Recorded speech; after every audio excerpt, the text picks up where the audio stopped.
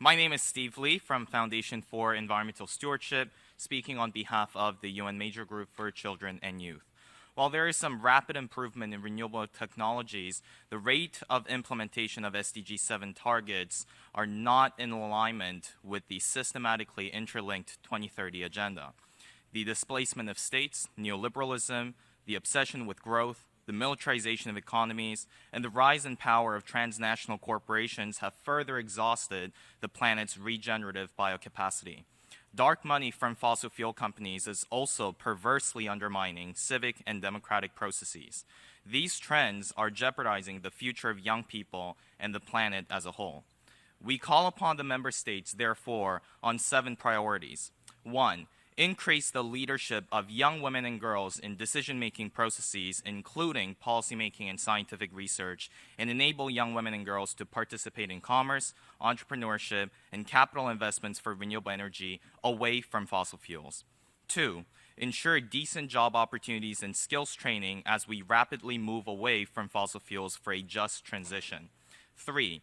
End fossil fuel subsidies, then redirect them towards energy efficiency and renewable energy. 4. Remove investment assets in fossil fuel companies from your sovereign wealth funds and pension funds and instead invest in renewable energy infrastructure. 5. Internalize externalities by using carbon pricing instruments. Polluters should pay. 6. Fulfill your commitments to resource the Green Climate Fund to achieve the implementation of the Paris Agreement. 7th and last, prioritize vision casting of a clean future. Member states must empower educators, civil society, and industry associations to educate the public for a collective imagination of an inclusive, equitable, prosperous, and sustainable future that is fully decarbonized and electrified from clean, sustainable sources of energy. You said you would through the Article 12 of Paris Agreement.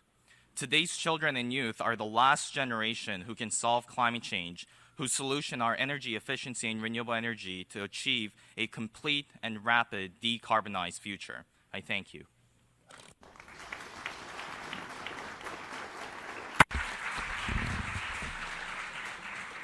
Thank you. Thank you very much for a very clear and very forthright statement. That's what I say about the youth is they go boldly where others fear to tread. And I think the messages were very clear and should be very well heard. And your recommendations are also very clear, and I hope they will be reflected in the outcome. Thank you very much for your contribution. We'll move to a UN organization.